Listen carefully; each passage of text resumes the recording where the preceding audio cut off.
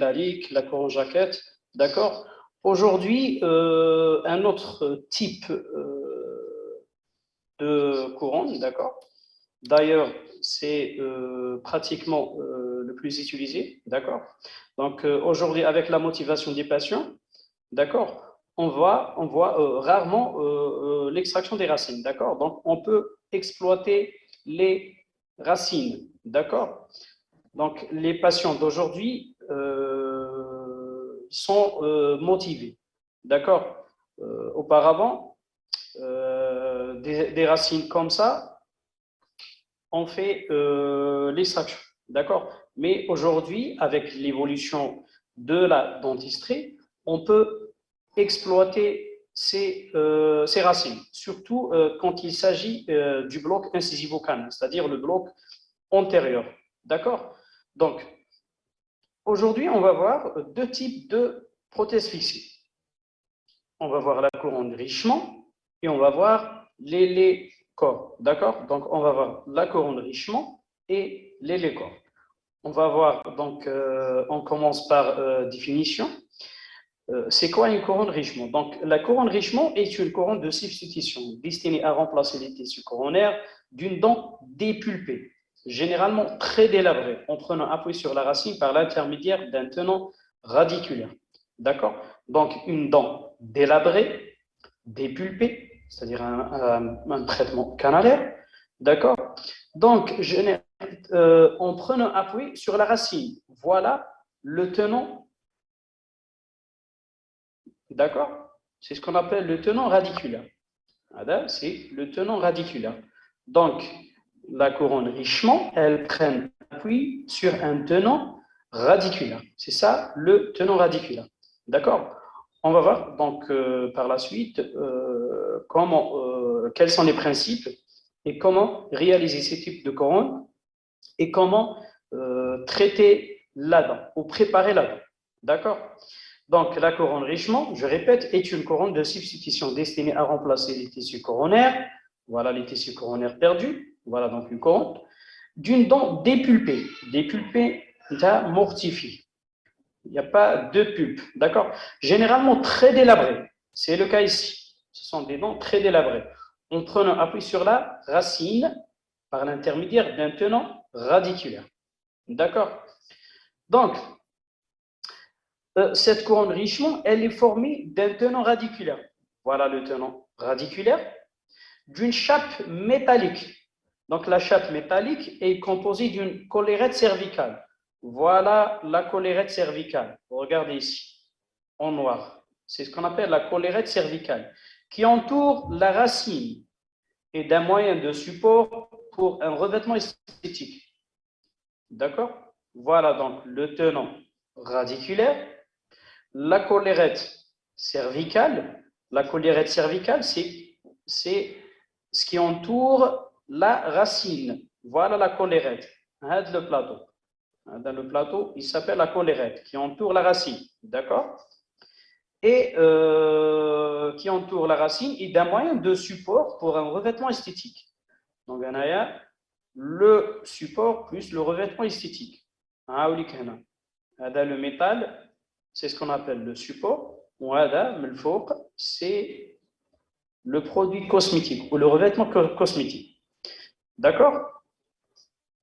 Maintenant, quelles sont les indications? Quelles sont les indications de la couronne richement? Donc, indiqué sur dent délabrée, regardez ici, une dent délabrée, d'accord? Indiqué à titre unitaire ou peut faire partie d'un bridge. Regardez ici. Donc, elle est indiquée à titre d'un bridge. Donc, on a un fond moignon, ici un fond moignon, ici un fond moignon. Bon, plutôt, on a un fond moignon, on a richement, c'est des dents absentes. Donc, le bridge, il a pris appui sur la latérale avec un riche, on a un fond moignon ou les deux dents absentes. Donc, elle est indiquée sur dents délabrées, comme le cas ici, et indiquée à titre unitaire, c'est-à-dire une seule dent, ou peut faire partie d'un bridge. Maintenant, quelles sont les contre-indications? Les contre-indications, donc des racines courtes. D'accord? Une racine courte, regardez, bon, plutôt ici, Une racine courte, imaginez la racine, elle est de là jusque là. D'accord? Donc, elle est contre-indiquée en cas de racine courte. En cas de fracture radiculaire, quand on a une fracture radiculaire, on ne peut pas réaliser la corne-richement. Elle est contre-indiquée aussi en cas de rhizalyse. Rhizalyse, destruction de la racine. D'accord? Rhizalyse. Elle est contre-indiquée aussi en cas de perforation radiculaire. Perforation radiculaire. Elle est aussi contre-indiquée en cas de lésion apicale et périapicale non stabilisée. D'accord? Par exemple, un kyste périapical ou bien un kyste parodontal. D'accord? Donc, dans ce cas-là, la couronne Richemont, elle est contre-indiquée. Elle est contre-indiquée aussi en cas de mobilité importante. Quand la racine elle est mobile, on ne peut pas l'exploiter. Donc, la couronne Richemont, elle est contre-indiquée. Donc, grosso modo, c'est ça les contre-indications. Maintenant, quels sont les inconvénients de ce type de prothèse? D'accord? Quels sont les inconvénients de ce type de prothèse? Donc, le fait que le tenon soit solidaire de la couronne constitue un inconvénient majeur parce que les contraintes exercées sur la prothèse seront directement transmises au tenon, d'où le risque de fracture de la racine ou de décèlement. Donc, le principal inconvénient, c'est que la racine, la couronne plutôt, elle est solidaire au tenon radiculaire. Donc, les forces qui vont s'exercer sur la racine, sur la couronne plutôt, elles vont être transmises sur le tenon radiculaire et sur la racine. D'accord? Donc, les forces soumises ou exercées sur la couronne, elles vont être transmises sur le tenon radiculaire, ce qui fait qu'elles seront aussi transmises sur la racine. Donc, on aura soit fracture de la racine, soit une lésion périapicale, soit mobilité carrément de la racine. Le deuxième inconvénient, c'est que lorsque la couronne richement doit être déposée, on a des difficultés avec le risque de délabrement dentinaire. C'est-à-dire, en cas de complications sous la couronne, ça sera difficile de déceler. Déceler, sceller. Le ciment de scellement, déceler, donc, en cas de problème, comme dans ce cas-là, donc ça sera un peu difficile de retirer la couronne. D'accord? Maintenant, préparation de la couronne richement. D'accord? Vous avez un malade devant vous. Comment vous allez préparer la dent? Comment vous allez préparer la dent? D'accord? Donc, on commence par un examen clinique. D'accord? L'examen clinique. Ensuite, un examen radiologique. Ensuite, on fait les soins pré-prothétiques. Lors de l'examen clinique, qu'est-ce qu'on doit noter lors de l'examen clinique? Donc, l'examen clinique permet d'apprécier la position de la dent sur l'arcade, sa morphologie, sa direction par rapport aux autres dents. D'accord? Donc, vous avez une centrale, imaginez le cas d'une centrale. Donc, on voit, l'examen clinique va nous permettre d'apprécier donc la position de la dent. Est-ce qu'elle est vestibulée? Est-ce qu'elle est distallée? Est-ce qu'elle est en mésioversion? Est-ce qu'elle est en palatoversion? D'accord? D'apprécier ses rapports proximaux, d'accord? D'apprécier son articulé, est-ce qu'elle est normale, en bout à bout, inversée, et d'apprécier son état parodontal, d'accord? Et d'apprécier son état parodontal. Donc, c'est à peu près ça ce qu'on doit noter lors de l'examen clinique. Maintenant, qu'est-ce qu'on doit noter lors de l'examen clinique? L'examen radiologique plutôt. Quelle est l'utilité de l'examen radiologique? Donc, une rétroalvéolaire obligatoire nous renseigne sur la valeur de l'obturation canalaire. Donc, on doit exploiter la racine, elle doit être traitée, c'est-à-dire une bonne obturation canalaire. Donc, l'examen radiologique va nous permettre d'apprécier ou nous renseigner sur la valeur de l'obturation canalaire. Est-ce qu'il y a un bon traitement canalaire? Est-ce que le traitement canalaire est incomplet? Est-ce qu'il y a un dépassement? Est-ce qu'il y a un manque? D'accord. Sur le nombre, la direction et la forme des racines. Par exemple, le cas d'une prémolaire supérieure, l'examen radiologique nous renseigne sur le nombre. Est-ce qu'il y a deux racines ou bien une seule racine? Et la direction des racines. Est-ce qu'il y a une racine coudée, une racine, des racines séparées, des racines fusionnées? D'accord. Sur la longueur, le diamètre mésio-distal, la longueur de la racine. Est-ce que la racine est courte? Est-ce qu'elle est longue? Est-ce qu'on a une bonne longueur de la racine ou bien est-ce qu'elle est courte? Et l'état apical et périapical. D'accord? Donc, l'état de santé de la racine. Est-ce qu'il y a un kyste? Est-ce qu'il y a un élargissement périapical? Est-ce qu'il y a un élargissement desmodontal? D'accord? Donc, tout ça, on doit le noter lors de l'examen radiologique. Si, par exemple, l'examen radiologique révèle une obturation canalaire incomplète, donc on doit la compléter. On ne peut pas entamer la couronne de Richemont. Si, par exemple, la racine, elle est calcifiée, la racine, elle est calcifiée, donc on ne peut pas entamer la couronne. Si, par exemple, la racine, elle est courte, une racine courte, pourquoi? Parce qu'il y a une fracture, parce qu'il y a un résalise, donc aussi, on ne peut pas exploiter la racine, donc on ne peut pas entamer la couronne. La même chose pour l'état apical et périapical. Imaginez un kyste, d'accord, autour de la racine, donc on ne peut pas entamer la couronne. Maintenant, donc, après avoir vu l'examen clinique, l'examen radiologique, maintenant, les soins pré-prothétiques. C'est quoi un soin pré-prothétique? Un traitement canalaire, donc un bon traitement canalaire. La racine doit être obturée jusqu'à l'apex, comme je viens de le dire, le traitement canalaire doit être complet. D'accord? Les canaux radiculaires incomplètement traités seront repris sous contrôle radiologique, c'est-à-dire, si on a un manque, on doit réobturer le canal. On doit réobturer, c'est-à-dire enlever l'ancien traitement canalaire et la retraiter. D'accord? Les soins gingivaux, on ne travaille pas avec une parodontite, on ne travaille pas avec un saignement parodontal. D'accord? Donc, il faut assainir. Et le détartrage ou bien curtage sous un curtage gingival. D'accord? Donc, on ne travaille pas avec une racine qui est entourée du tartre. D'accord? Qui est entourée du tartre ou bien un saignement. Donc, il faut assainir. Il faut assainir. D'accord?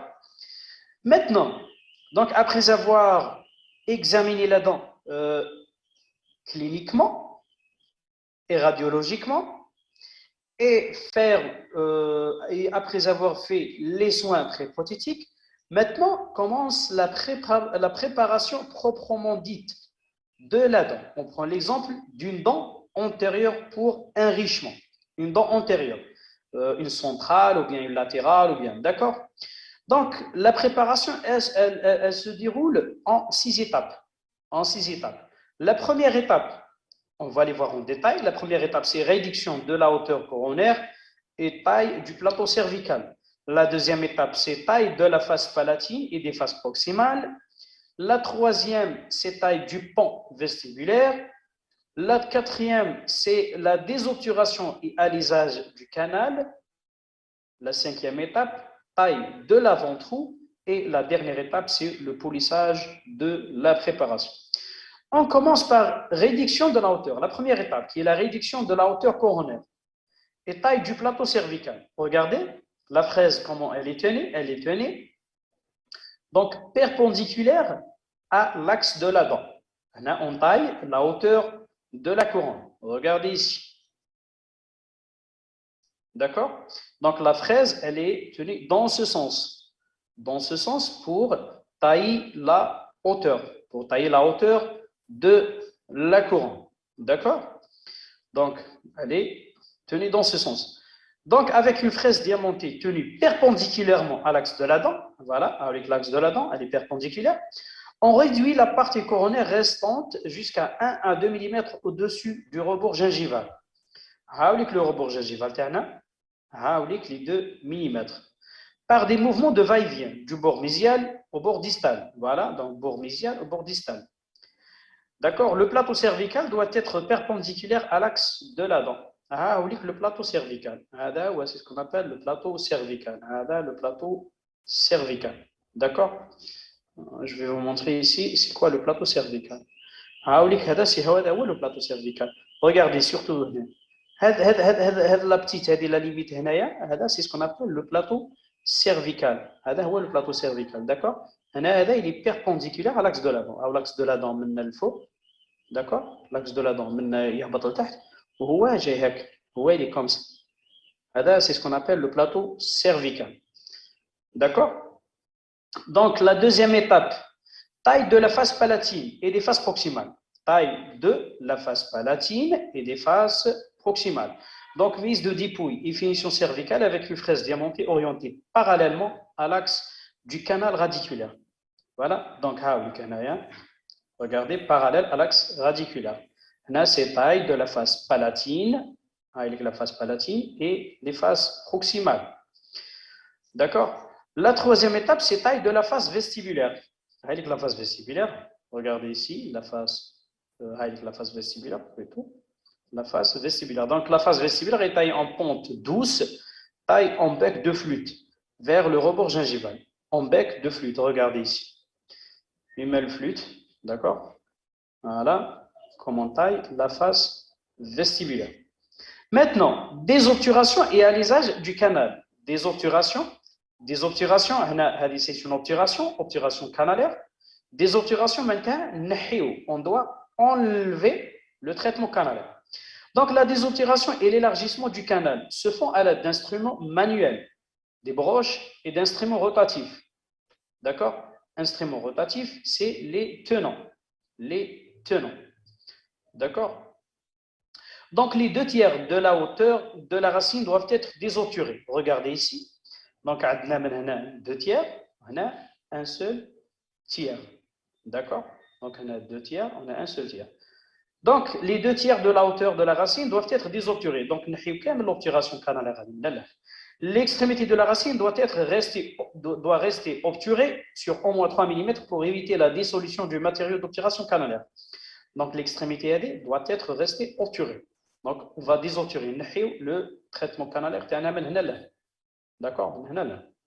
La longueur du tenant radiculaire doit être au moins égale à la hauteur de la couronne à reconstituer. Donc, le tenant radiculaire, d'accord? Le tenant radiculaire doit être égal à la hauteur de la couronne. D'accord? Imaginez, la racine, elle est من هنا لهنا.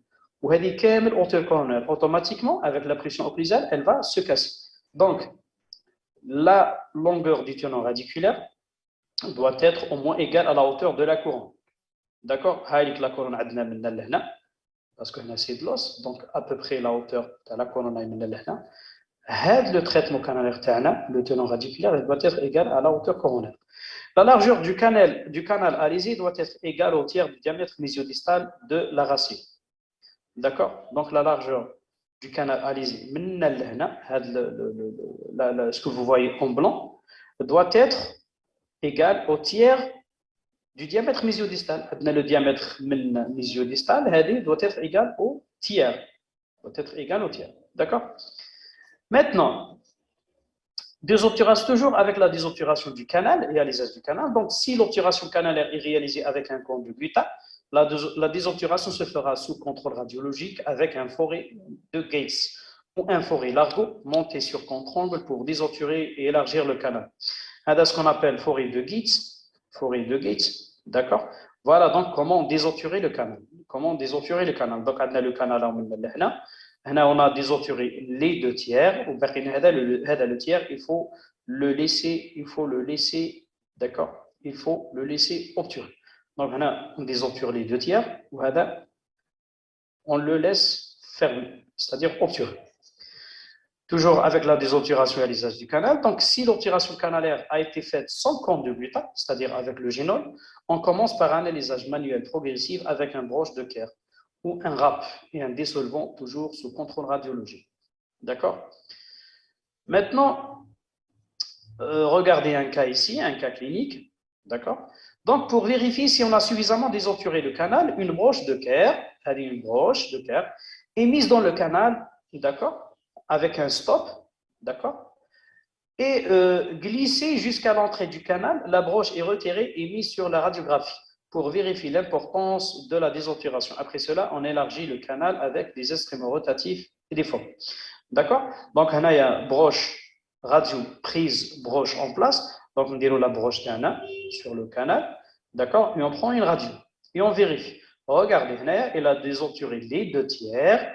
Voilà, le tiers, il faut le laisser obturer. Donc, on a désobturé les 2/3. D'accord? Les 2/3 qu'on doit les exploiter. Maintenant, taille de l'avant-trou. Taille de l'avant-trou. Lorsque l'alisage est terminé, on élargit l'entrée du canal. L'entrée du canal, pourquoi? La partie est épaisse. épaisse. D'accord? On a pour le métal est épais. La partie est épaisse, solide. Donc, lorsque l'alisage est terminé, on élargit l'entrée du canal, l'entrée du canal radiculaire en forme d'entonnoir à l'aide d'une fraise conique. Cet avant-trou renforce la liaison entre le tenant radiculaire et la chape métallique. La chape métallique, voilà, la chape métallique, ou le tenant radiculaire. Donc, la partie doit être large, le métal épais pour avoir. D'accord? Pour avoir la partie Ali pour qu'elle soit solide. D'accord? Polissage de la préparation. Donc, le polissage se fait à l'aide de meulettes de caoutchouc. D'accord? Se fait à l'aide de meulage en caoutchouc. D'accord? Polissage de la préparation. Une fois terminé, pardon, on a une question ici. L'avant-trou, c'est l'entrée du canal. Oui, l'avant-trou, c'est l'entrée du canal. D'accord? Là, c'est l'entrée du canal. D'accord? Regardez, là, on élargit l'entrée du canal. L'avant-trou, donc, c'est l'entrée du canal. D'accord? Pourquoi? On élargit pour avoir suffisamment de métal ici. Le métal, le tenant, regardez ici, il compte pour qu'il ne se casse pas. D'accord? Pour qu'il ne se casse pas. Polissage de la préparation. Donc, après taille, le polissage se fait à l'aide de meulettes en caoutchouc. D'accord? Maintenant, le deuxième type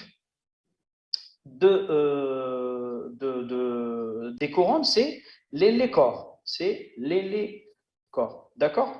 Définition. L'élé-corps est un noyau métallique coulé permettant la reconstitution des pertes de substances partielles coronaires ou corono-radiculaires d'une dent préparée au préalable pour recevoir un ancrage à recouvrement total. L'élé-corps est appelé aussi fond moignon. Je vous explique. Voilà l'élé-corps. Regardez ici. C'est pas comme la couronne Richemont. La couronne Richemont, elle est solidaire, d'accord. Le métal avec le produit cosmétique. Par contre, les corps, non. Regardez ici. C'est ce qu'on appelle le fond moignon. Un faux moignon, d'accord. C'est un faux moignon. Donc, il a désobturé les 2/3. Regardez ici, les 2/3 de la racine. Donc, on a uniquement l'apex qui est obturé. Ensuite, il a réalisé le tenant ou le fond moignon coulé. Il a coulé. On va voir par la suite comment réaliser cette élécore. D'accord? Donc, on le scelle, on a avec du ciment de scellement. Ensuite, on prend l'empreinte et on réalise notre bridge. D'accord? La différence entre la couronne coulée, la couronne richement et l'élécore. D'accord? L'élécore, regardez l'élécore. Regardez les décors. Les décors, la couronne, elle est fixée avec le tenant radiculaire. Par contre, la richement plutôt, la couronne, elle est fixée avec le tenant radiculaire. Par contre, les décors, non. Les décors, regardez ici, il a désobturé, il a réalisé le faux moignon, c'est ce qu'on appelle faux moignon. Le faux moignon. D'accord? Ensuite, il le traite dans le fond moignon comme si une dent normale taille. C'est-à-dire qu'il taille la dent à vie. Par exemple, imagine une carénaire, il a taillé la dent pour réaliser un bridge. Donc, ce qu'on appelle un moignon, c'est un faux moignon.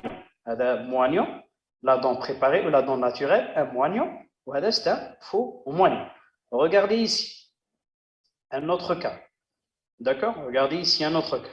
Donc, la dent, elle a obturé, elle a désobturé plutôt le traitement, les canaux. D'accord? Elle les a préparés.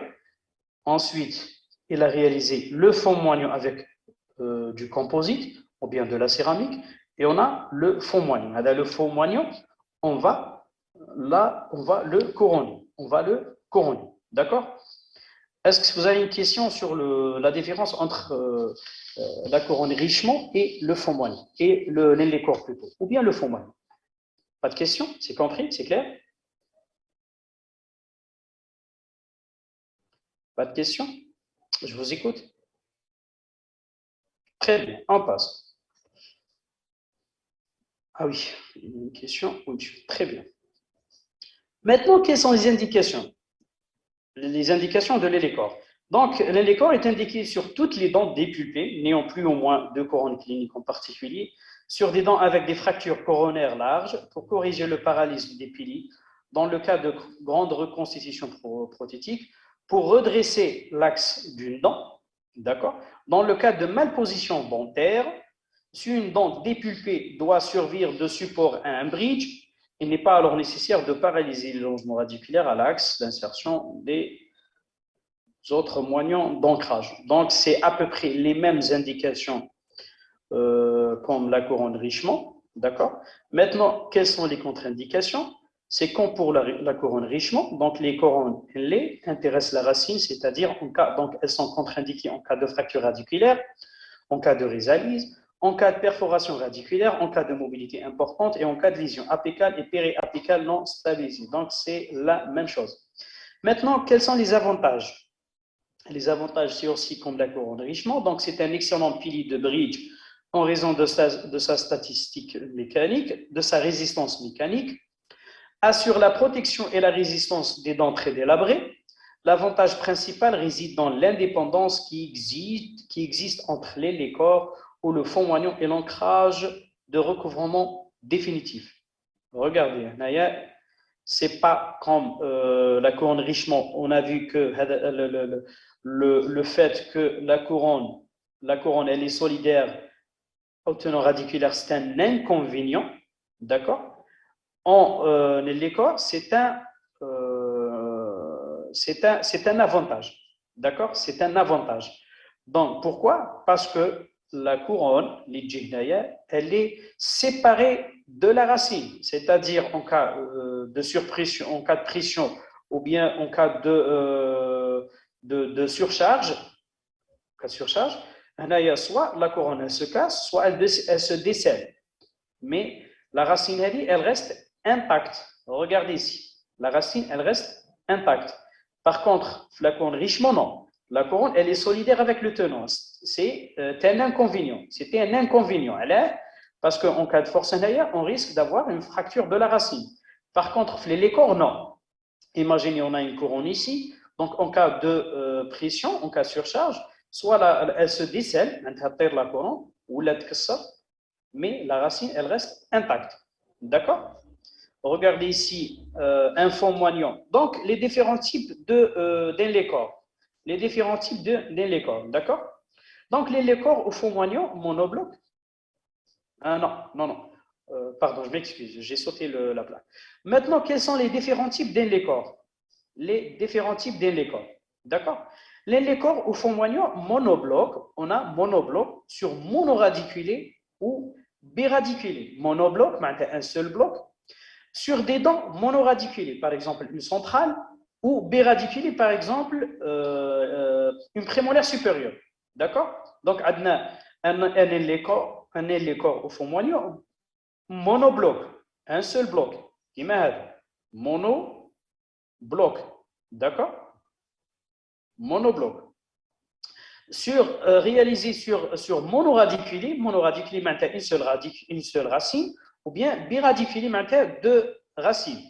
Et on a le deuxième type, c'est l'élécore au fond moignon avec clavette sur pluradiculé. Pluradiculé maintenant une molaire. Maintenant 3 ou 4 racines. D'accord? Donc on a monobloc et on a avec clavette sur pluradiculé. On prend l'exemple de l'hélicore au fond monobloc sur mono ou biradicule. Donc, est un hélicore monobloc, c'est-à-dire que l'élé de reconstitution coronaire est solidaire au tenant radiculaire. Reconstitution coronaire est solidaire au tenant radiculaire. C'est ce qu'on appelle monobloc sur monoradiculé, une seule racine. عندنا هنايا فومونيو monobloc sur biradiculé. Biradiculé معناتها deux racines. Regardez ici. هاوليك un seul bloc وهامليك les deux racines. هامليك les deux racines. هنايا عندنا une racine palatine, une racine vestibulaire. Donc c'est toujours monobloc. D'accord? C'est toujours monobloc. هاوليك le monobloc. Un monobloc mais avec deux racines. هنايا monobloc avec une seule racine sur monoradiculé. Monobloc sur monoradiculé. هنايا monobloc sur biradiculé. بمعنى زوج. D'accord? Regardez ici, une racine vestibulaire et une racine palatine. Voilà, donc les corps monoradiculés, monobloc, biradiculé. Voilà, là donc il est en place. D'accord? Regardez ici. Formoignon monobloc sur biradiculé. D'accord?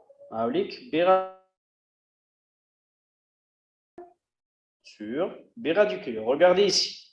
Regardez ici. Je vous explique la différence entre les corps et la couronne Richemont. Regardez ici. On a un tenant, un hélicore monobloc, une dent biradiculée avec deux racines. Et voilà la chape métallique. D'accord? Voilà la chape métallique. Donc, on a le tenant, il est en place, l'hélicore, il est en place. On va de la chape métallique, elle dit fou, le tenant, ou dit le produit cosmétique fort. D'accord? Lors de l'essayage, d'accord? On fait l'essayage donc, ensuite, on prend la teinte. La teinte en bouche. D'accord? Par contre, la couronne Richemont, non. Elle dit, d'accord? Dès le début, c'est-à-dire la coulée au labo, il y a tu fais l'essayage et le choix de la teinte. D'accord? C'est un inconvénient dans la couronne Richemont et c'est un avantage dans les corps. Pourquoi? Parce qu'en cas de surcharge, d'accord, la couronne, soit elle se décèle, mais la racine n'est pas intacte. D'accord? Donc, maintenant, les corps au formonion avec clavette, surplus radicule. Indique une molaire. D'accord? Vous avez une molaire. Comment vous allez réaliser votre hélicore? Donc, dans le cas de canaux non parallèles, deux canaux non parallèles, généralement, on a toujours ça. D'accord? Par exemple, une molaire, les canaux, les canals plutôt, les racines ne sont pas parallèles, même parallèles, même d'accord? Donc, dans le cas de canaux non parallèles, l'un des tenants sera solidaire à l'hélicore, l'autre sera mis secondairement faisant office de clavette. Je vous explique ça. Donc, il guidera la mise en place et empêchera la rotation de l'hélicore. Pour les prémolaires supérieurs, le tenant clavette sera placé dans le canal vestibulaire. Pour les molaires inférieurs, dans le canal palatin. Pour les molaires inférieurs, dans le canal distal, car plus rectiligne. Regardez ici un hélicore au formonion avec clavette sur plus radicule. Avec clavette sur plus radicule. Voilà, donc on a une molaire. Regardez ici. On a une seule racine. Parce que les racines, regardez, ils ne sont pas parallèles. Donc, quand ils sont fixés kiff en même temps, on ne peut pas l'insérer. D'accord? Donc, les corps, ou le deuxième est sous forme de clavette. Donc, il va fixer la couronne ou d'accord? Parce que on a deux jusqu'à trois racines. D'accord? Donc, c'est ce qu'on appelle les corps au formonion avec clavette sur plus radicule. Donc, on a une racine, on a un tenant. Le deuxième, non. Le deuxième va être sous forme de clavette. D'accord? Maintenant, qui est la couronne en bouche, regardez ici. On a le tenant. C'est le prothésiste. D'accord? Et donc, vous allez c'est-à-dire vous allez rencontrer des patients comme ça et vous êtes vous serez obligé de les traiter de ce type de traitement. D'accord? C'est-à-dire que vous serez obligé de réaliser ce type de traitement. Donc, c'est ce qu'on appelle faux moignon avec clavette sur plus radiculé. D'accord? Je répète. Donc, les corps, une racine est solidaire à la partie prothétique. La deuxième racine, ou bien le deuxième tenant radiculaire, il est libre. D'accord? C'est-à-dire, vous faites l'insertion de les corps. Ensuite, vous insérez le deuxième, qui est là sous forme de clavette. D'accord? Maintenant, préparation de l'élécor. Donc, c'est à peu près la même chose. Après un examen clinique, un examen radiologique et des soins prothétiques, après avoir donc réalisé ces examens, on commence le traitement. On peut avoir une contre-indication lors de l'examen clinique, comme on peut avoir une contre-indication lors de l'examen radiologique, comme on peut avoir une contre-indication lors des soins prothétiques. D'accord? Maintenant, la préparation clinique du PILI. Elle se déroule en 5 étapes. Donc, préparation canalaire, réduction de la hauteur coronaire, préparation périphérique, préparation camérale et polissage de la préparation. Polissage de la préparation. Je commence donc par la première étape qui est la préparation canalaire ou alisage du canal. Donc, la désobturation, c'est presque la même chose comme la couronne Richemont. D'accord? C'est la même chose. Donc, la désobturation du canal se fait, la désobturation du canal se fait à l'aide d'instruments manuels et rotatifs. Les 2 tiers de la racine doivent être désobturés. La longueur du tenant radiculaire doit être au moins égale à la hauteur de la couronne à reconstituer. D'accord? Regardez ici, la même chose, donc vérification de la désobturation et alisage du canal. Donc, pour vérifier si on a suffisamment désobturé le canal, on a pour vérifier qu'on a suffisamment, c'est-à-dire on n'a pas trop désobturé, et on n'a pas, c'est-à-dire suffisamment désobturé, on a pour vérifier qu'on est à la bonne hauteur du tenant radiculaire. D'accord? Donc, pour vérifier si on a suffisamment désobturé le canal, une broche est mise dans le canal, puis une radiographie sera prise pour vérifier l'importance de la désobturation. Après cela, on élargit le canal avec des instruments rotatifs et déformés. D'accord? Donc, on a une broche, à chaque fois, on fait radio-broche en place et on vérifie. Une fois on est à la bonne hauteur du tenant radiculaire, on laisse. On fait un élargissement, c'est-à-dire on nettoie le canal. D'accord? C'est la première étape. La deuxième étape, c'est donc réduction,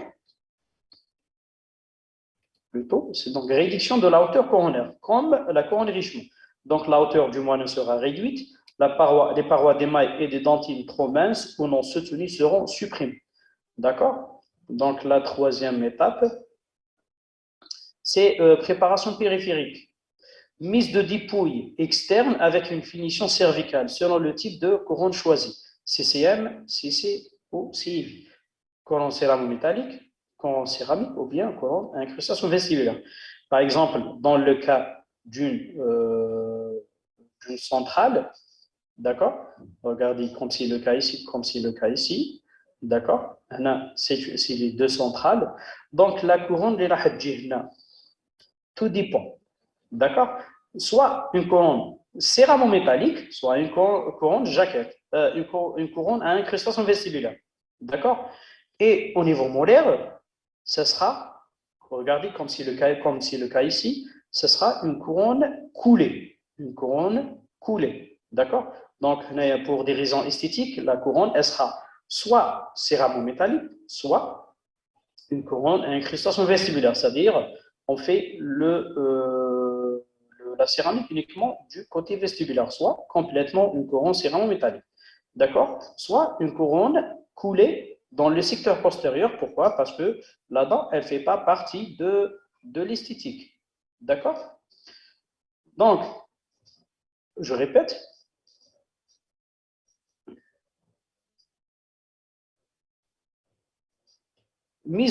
Préparation périphérique, donc mise de dépouille externe avec une finition cervicale.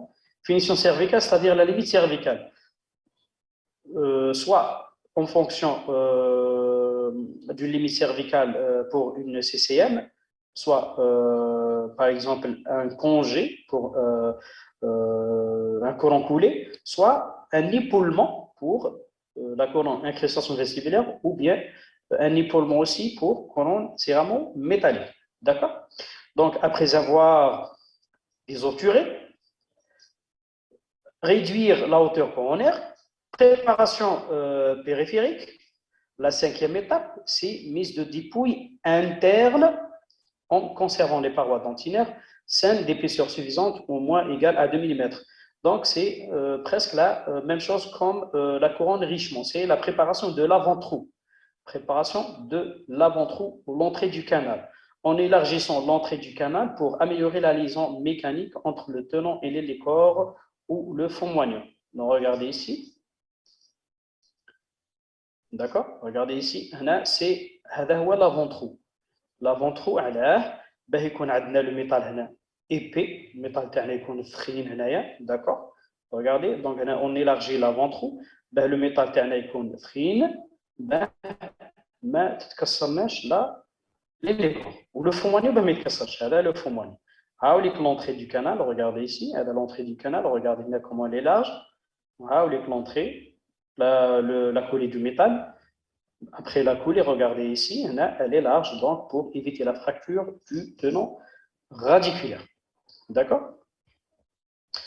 Maintenant, après avoir donc préparé la couronne, on va faire un polissage comme la couronne Richemont. Donc le polissage se fait à l'aide de meulettes en caoutchouc. D'accord? Maintenant, bon. Maintenant, comment vous allez prendre l'empreinte. Une fois vous avez préparé la couronne pour couronne Richemont ou bien pour les corps, maintenant, comment vous allez prendre l'empreinte? C'est des étapes cliniques. Toujours avec les étapes cliniques. On a une question. Oui, je vais voir. On a une question. Comment faire si la dent est si délabrée qu'il ne reste plus de hauteur coronaire? Bon, j'ai une question. Regardez ici. Bon, votre camarade, il vient me poser comment faire pour, si la dent, c'est-à-dire si on n'a pas de hauteur coronaire. Regardez ici. Regardez ici. Dans ce cas-là, regardez. Si la dent, elle est très délabrée, c'est-à-dire on ne voit plus la dentine, on ne voit plus la racine. معناتها la dent ou le trait de fracture ou la racine elle est sous-gingivale, elle est derrière la gencive. Elle est derrière la gencive, elle est derrière l'os. D'accord? Elle est derrière l'os. معناتها ما نقدروش نشوفوها.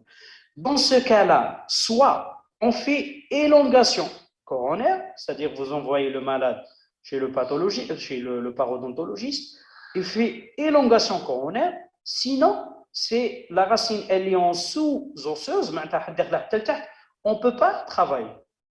D'accord? D'ailleurs, c'est l'indication de l'extraction. Donc, ce n'est pas la peine de tenter. D'accord? Si vous ne voyez pas, regardez ici, si vous ne voyez pas la limite de la racine, regardez, comme c'est le cas ici, donc si vous ne voyez pas la limite de la racine, ce n'est pas la peine de travailler, d'accord? Parce que ce sera impossible la réalisation de la couronne. Regardez, d'accord? Regardez ici. On voit la racine. Donc, on a le contact, il va être hermétique. On a le contact métal, racine, il y a un contact hermétique. Donc, on travaille à l'aise. Mais imaginez que la racine, elle dit, elle est la gencive ou l'os. On ne peut pas travailler. C'est l'indication soit d'une élongation coronaire, élongation radiculaire plutôt, d'accord? Soit c'est l'extraction. C'est l'extraction. Est-ce que c'est clair? D'accord? C'est clair, monsieur, merci. De rien, pas de quoi. D'accord? Donc, on continue. avec les étapes cliniques, d'accord? Parce que même la prise d'empreinte, c'est une étape clinique. En tant que praticien, vous êtes obligé de prendre l'empreinte et de l'envoyer au laboratoire, d'accord? Donc, il s'agit de prendre l'empreinte, il s'agit de qu'est-ce qu'on doit prendre lors de cette empreinte. Donc, on va prendre l'empreinte du canal, d'accord? L'empreinte du canal et l'empreinte de la situation de tout l'arcade qui comporte le moignon, d'accord? Donc, l'empreinte du canal, l'empreinte du canal, attends, je m'excuse, j'avais un petit problème avec la souris.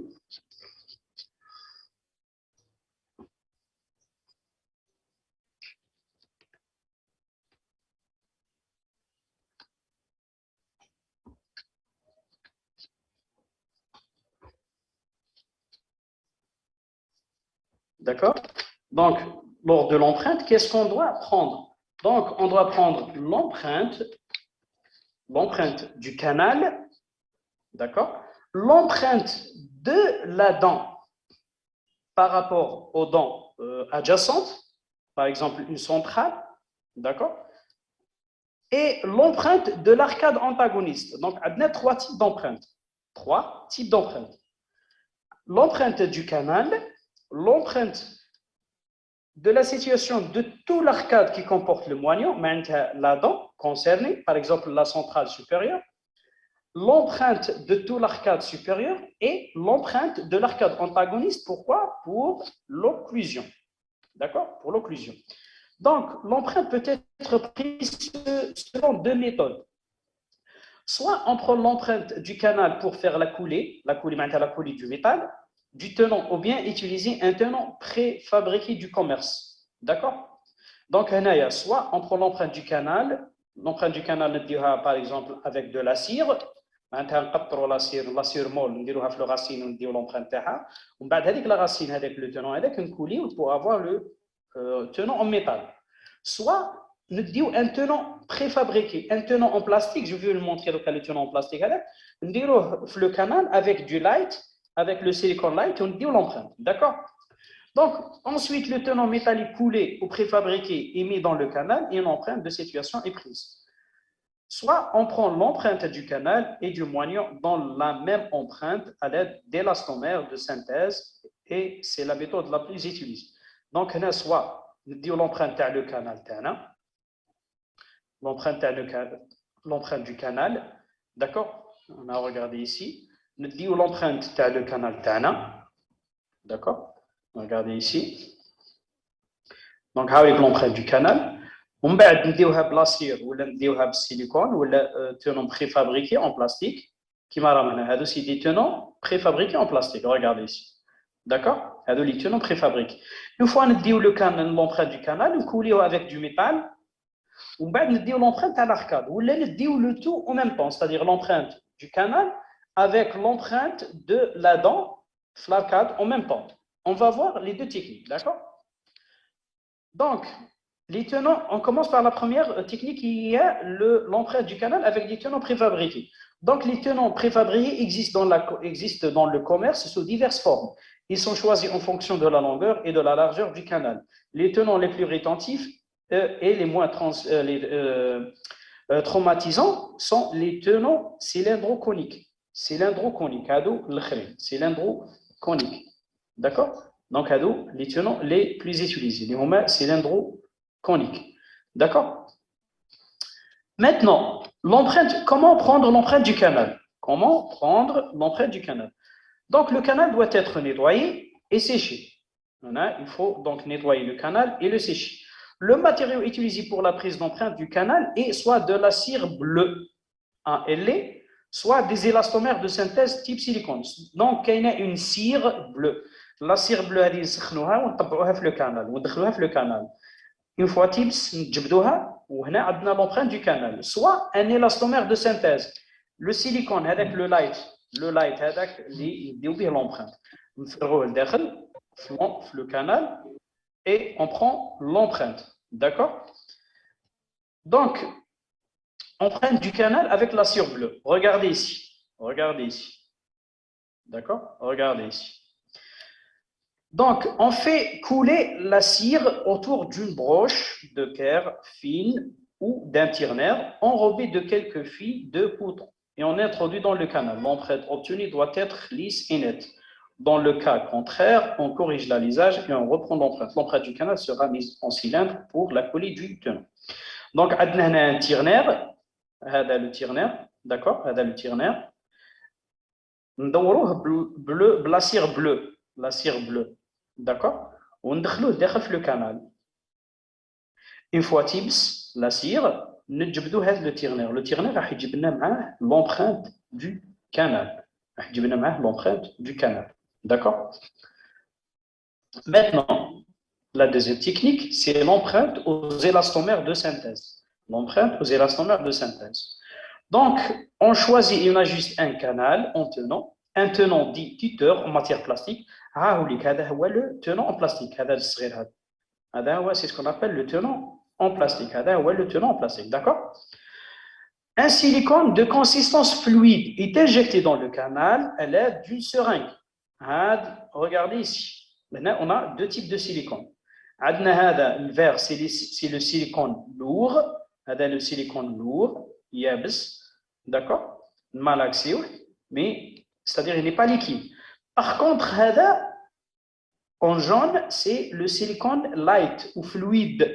Donc, où نديرو هذا le tenant en plastique ou le tenant calcinable, on les appelle tenants calcinables. نديروه مع شويه light, هذا le silicone jaune, وندخلوه في le canal, d'accord? ومن بعد نجيبوا un porte empreinte وين فيه اللور, هذا اللور. Le porte empreinte تاعنا chargé de lourd ونديو به l'empreinte. Une fois يبسوا les deux, c'est-à-dire silicone light et silicone lourd, هذيك l'empreinte finale. L'empreinte finale, je fais. Regardez, silicone lourd, silicone light et le tenant calcinable. On introduit donc ensuite le tuteur dans le canal pour soutenir le matériau empreinte, puis on prend une empreinte de situation. C'est ce qu'on appelle empreinte de situation. Maintenant, tu as la situation de la dent préparée par rapport aux dents adjacentes de toute l'arcade. Voilà, donc on prend une empreinte de situation de toute l'arcade avec un élastomère lourd, avec l'élastomère lourd. La polymérisation du silicone fluide et lourd se fait en même temps. Maintenant, la polymérisation, la prise, tu as les deux produits, les deux matériaux. D'accord? Le tenant tana, d'accord? Le tenant tana, c'est le tuteur, ou le tenant plastique, ou un tenant calcinable. Regardez le vide, le produit light. Le produit light, il est on va نجيبوا اللور هاوليك اللور تاعنا في البورت empreinte, on prend l'empreinte de situation ici. D'accord? Voilà, donc on a une empreinte, regardez ici. Voilà avec le tenant calcinable. C'est le tenant calcinable. Le jaune, c'est le silicone light. Ou le vert, c'est le silicone lourd. D'accord? Maintenant, on va voir quelques étapes de laboratoire. D'accord? Une empreinte qui vous l'avez envoyée au laboratoire, qu'est-ce qu'il va faire le prothésiste? Le prothésiste. La première étape, c'est donc première méthode, comment traiter cette empreinte, c'est mise en revêtement de l'empreinte du canal et coulée métallique du tenant. Coulée métallique du tenant. La coulée métallique du tenant comme celui-là. D'accord? La coulée métallique du tenant. On a l'empreinte et la coulée. C'est ce qu'on appelle la coulée métallique du tenant. D'accord? La coulée métallique du tenant. C'est le tenant. La coulée métallique. D'accord? Donc, une fois il fait la coulée, mise en place du tenant métallique en bouche, puis prise d'une empreinte de situation. C'est-à-dire la première qui te dit une empreinte avec la cire bleue. Avec la cire bleue, on a deux types d'empreintes, soit avec la cire, soit avec le silicone light. Qui te dit l'empreinte avec le silicone light? Qu'est-ce qu'il fait le prothésiste? Il dit mise en revêtement de l'empreinte du canal, il y a le canal, le tenant radiculaire coulé, il y a le métal, mise en forme donc du tenant métallique en bouche, puis prise d'une empreinte de situation. Qu'est-ce qu'il fait le prothésiste? L'empreinte du canal, d'accord? Regardez ici. Ouais, Donc, il va placer, le praticien, il va placer les tenants ou les corps en bouche, où il va prendre l'empreinte. Il dit l'empreinte, c'est ce qu'on appelle l'empreinte de situation. Il dit l'empreinte qui met, on va dire les corons. D'accord? Il va préparer le coran, il faut comme si des dents normales ou des dents naturelles préparées. D'accord? Donc, la première méthode, regardez, sur le MPUI. MPUI, c'est le modèle positif unitaire. Modèle positif unitaire. On sculpte en cire bleue et inlay la chape cervicale et le talon lingual. Coulée métallique de l'infrastructure chape cervicale, talon lingual qui seront solidaires au tenant. Réalisation de la facette vestibulaire en scie, en résine, en céramique. Regardez ici. Regardez ici. Là, qu'est-ce qu'il a fait le prothésiste? Regardez. Il a coulé. Il a réalisé. Non, ce n'est pas de celle-là. C'est dans cette plaque. Regardez ici. Donc, le prothésiste, il a réalisé la coulée. Il a pris une empreinte. Regardez, une empreinte.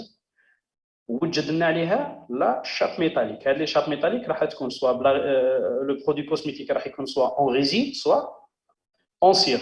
هذا le petit, هذا c'est le modèle positif unitaire.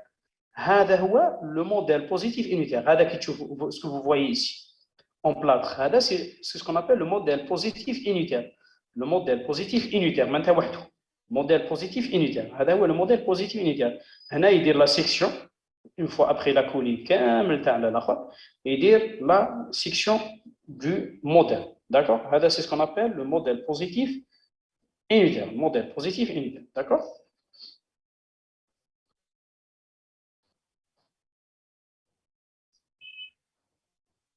Voilà, donc avec la deuxième méthode, c'est quand vous prenez l'empreinte avec du silicone, qui te dit l'empreinte avec du silicone.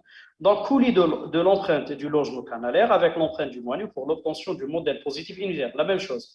Sculpture de l'infrastructure de la couronne, mise en cylindre et coulis du métal.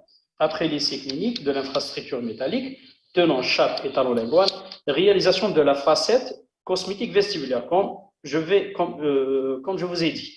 Donc, on fait l'essayage du tenant plus la couronne. Ensuite, on prend la teinte.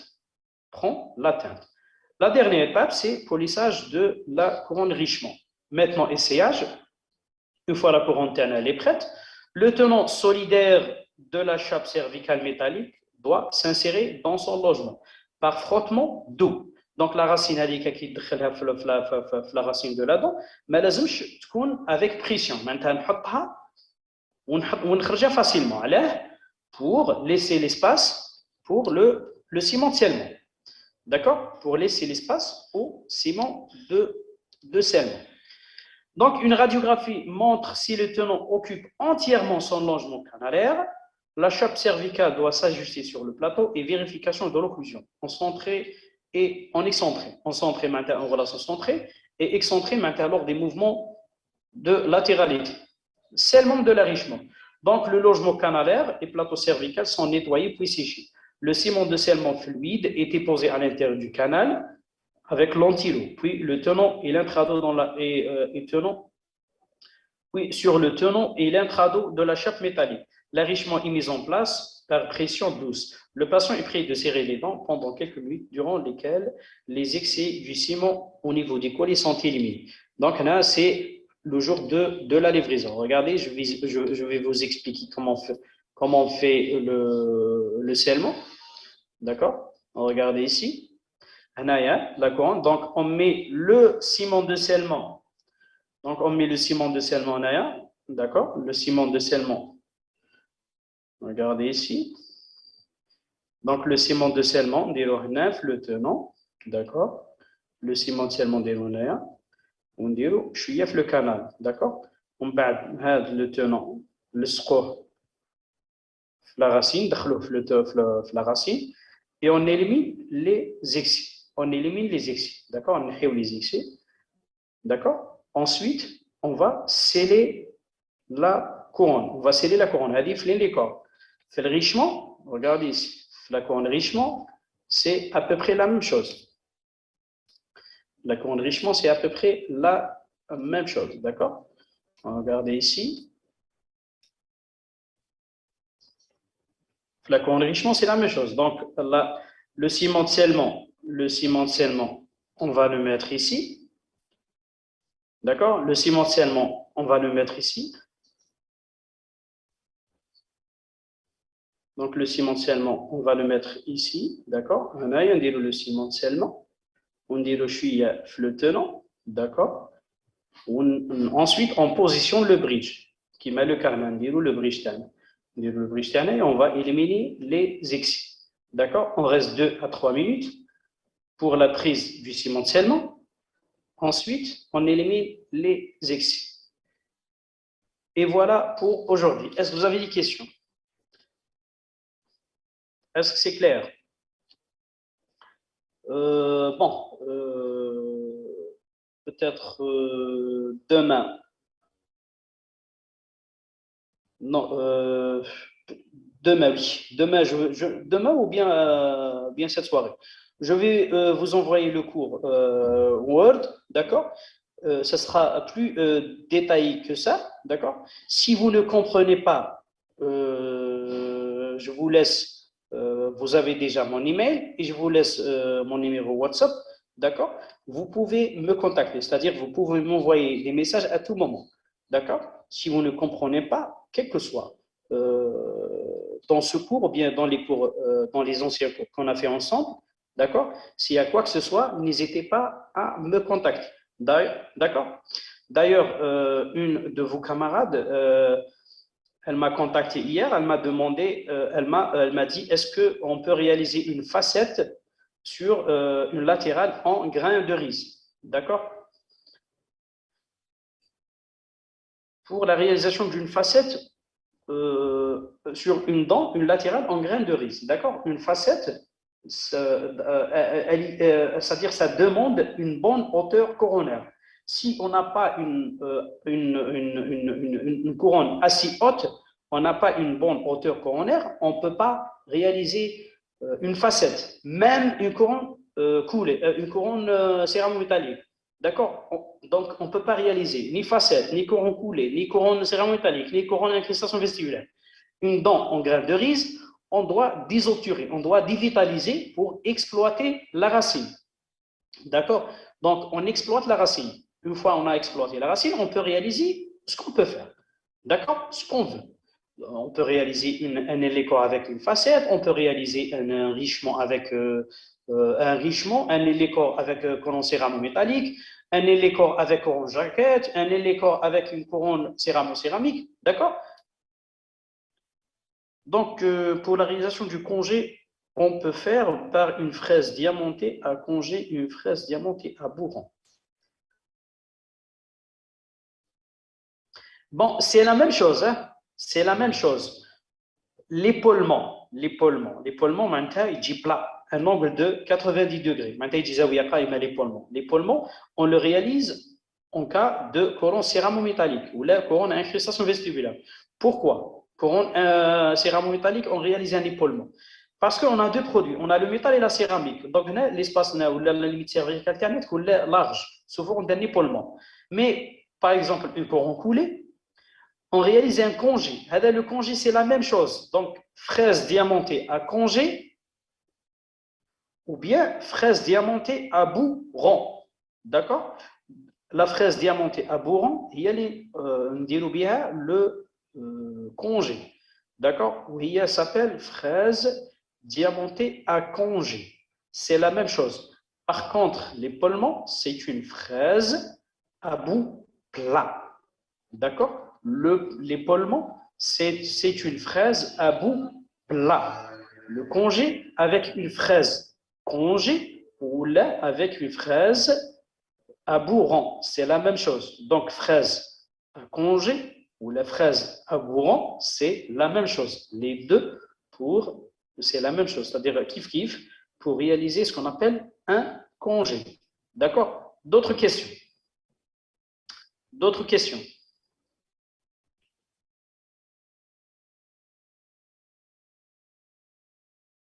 Pas de questions.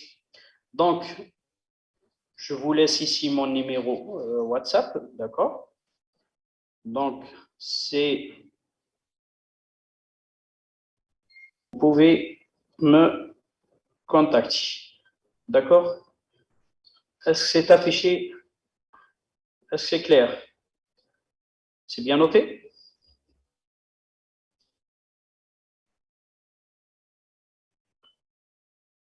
Non. Non. Non. D'accord? Non. Le chaufferin, c'est une simple ligne. D'accord? C'est une simple ligne. D'accord? Par contre, le congé, c'est une limite cervicale. Chaufferiner, par exemple, par exemple, on a réalisé un épaulement. On a réalisé un épaulement. D'accord? On a réalisé un épaulement. Ensuite, l'épaulement avec, on a une angle aigu. D'accord? Avec l'épaulement, regardez ici. Regardez ici. La limite cervicale. Regardez ici. Regardez ici. La limite cervicale. Elle est sous forme d'un épaulement. Regardez ici. C'est ce qu'on appelle le chaufferin. Par exemple, chaufferiner l'épaulement. D'accord? C'est-à-dire l'angle aigu, la limite, on l'élimine. D'accord? Donc, le congé, c'est un congé. L'épaulement, un épaulement. Et la limite simple, c'est une limite simple. Le chaufferin, ce n'est pas une limite cervicale. D'accord?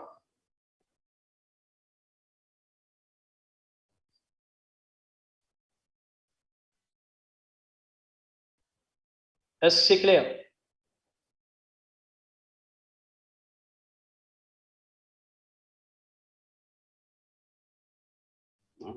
Question.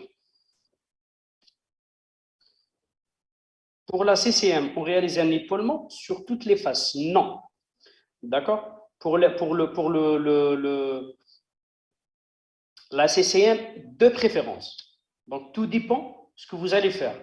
Si, par exemple, vous avez, dans le cas d'une prémolaire, d'accord, une prémolaire, donc ça se voit quand le malade il sourit, qui a le malade, تبان. D'accord? Qui a le malade, تبان. Donc, la limite, un épaulement, راح يكون sur toutes les faces. علاه même le malade qui يضحك, on peut voir la face palatine. On peut voir la face palatine.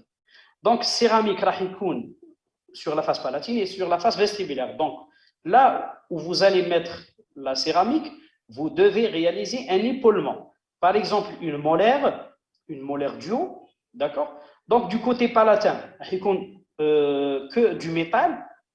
Donc, ce n'est pas la peine de réaliser un épaulement, on réalise un simple congé ou bien une limite simple. Par contre, du côté vestibulaire, on a la céramique. C'est à ce niveau-là qu'on doit réaliser un épaulement. Donc là où vous allez mettre la céramique, c'est-à-dire les deux produits, la céramique et le métal, ça sera un épaulement. D'accord? Et là où vous allez mettre uniquement du métal, ça sera un congé, ou une limite simple. D'accord? La courant coulée, elle est faite que du métal, donc ça sera un simple congé ou bien une limite cervicale. Une limite simple plutôt. Par contre, au niveau d'une prémolaire ou bien une centrale, où il y a une CCM, on a la céramique, donc un épaulement. D'accord? Un épaulement. Donc là où vous allez mettre la céramique, ça sera un épaulement. Là où vous allez mettre la céramique, ça sera un épaulement. Là où il n'y a que du métal, ça sera un congé. Est-ce que c'est clair? L'enrichissement est-elle toujours utilisée? Bien sûr, bien sûr. On est qui joue avec des racines, avec des dents délabrées. Il dire de 25 000. Il dire جملين و500. La couronne enrichissement. D'accord? Il dire جملين و500. Quel est le جملين و500? Bien sûr, elle est utilisée. Et les corps a avantage de ne pas transmettre les forces à la racine. Utilisé puisque les corps a l'avantage de ne pas transmettre les forces à la racine. Non, regardez. Si vous avez une belle racine, la racine la racine تبان كيما هنا regarde. Posé, d'accord?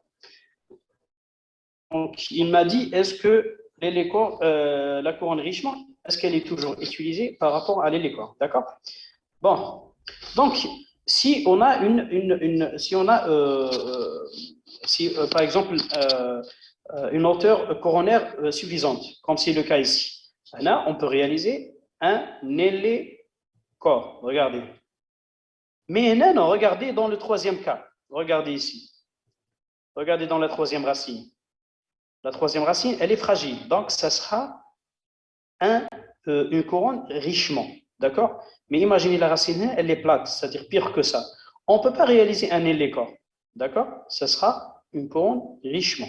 Donc, si on n'a pas une hauteur suffisante des parois radiculaires, ça sera un élécor. Ça sera plutôt une couronne richement. D'accord? Si on n'a pas une hauteur suffisante des parois radiculaires, ça sera une couronne richement. D'accord? Ce sera une couronne richement. D'autres questions?